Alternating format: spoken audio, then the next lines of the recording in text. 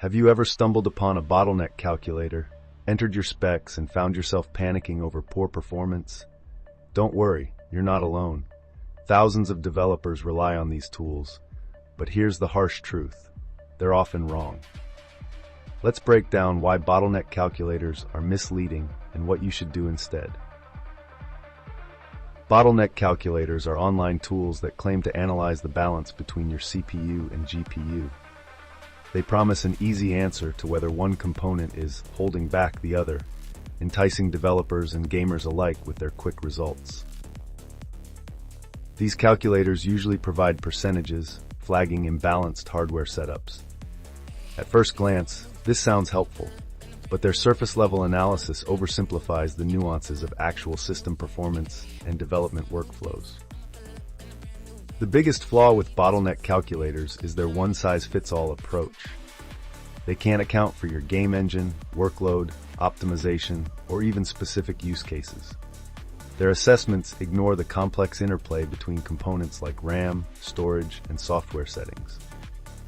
For developers, this isn't just unhelpful, it's outright harmful. Relying on misinformation can lead to poor decisions during development, like unnecessarily upgrading hardware when the problem lies elsewhere, such as in your code or engine settings. Bottlenecks are dynamic. There's no static formula to pinpoint them. A CPU bottleneck could occur during physics calculations, while a GPU bottleneck might dominate during rendering. Factors like screen resolution, FPS targets, and uncapped frame rates all influence bottlenecks.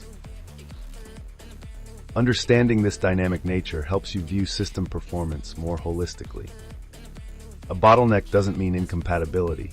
It simply shows where your system is working hardest at any given moment.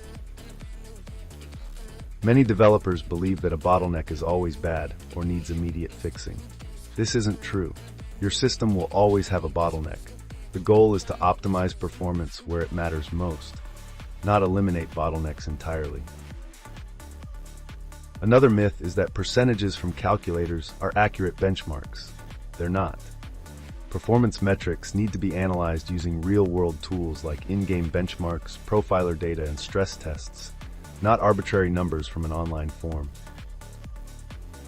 Instead of relying on flawed calculators, use professional tools designed for developers. Windows Task Manager, Afterburner, and in-engine profiling systems like Unity Profiler or Unreal Insights offer detailed breakdowns of what's really happening in your workflow. For example, an in-engine profiler can identify whether your code is causing the CPU bottlenecks during a simulation loop. These diagnostics are far more insightful and allow targeted optimizations specific to your project's needs.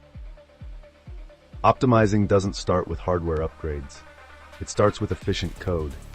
Analyze where tasks can be divided across threads to maximize CPU efficiency.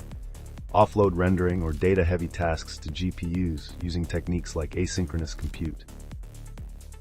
Next, test performance metrics on a variety of hardware. What runs smoothly on a high-end rig may not perform the same on a mid-tier system. Prioritize scalability. Think of ways to normalize performance by scaling visual effects, textures, or draw distances. Upgrading should always be a last resort. Before spending on new components, ensure your current setup is maximized. Fine-tune settings, clear up memory inefficiencies, and leverage system resources wisely. Only when your hardware consistently underperforms should you consider an upgrade. Even then, upgrade strategically. For instance, if you're pushing 4K resolution textures, a GPU investment may bring better results than replacing your CPU, and vice versa. The main takeaway is this: bottlenecks aren't your enemy. Misunderstanding them is. When you rely too heavily on calculators, you risk oversimplifying performance and missing the root cause of inefficiencies.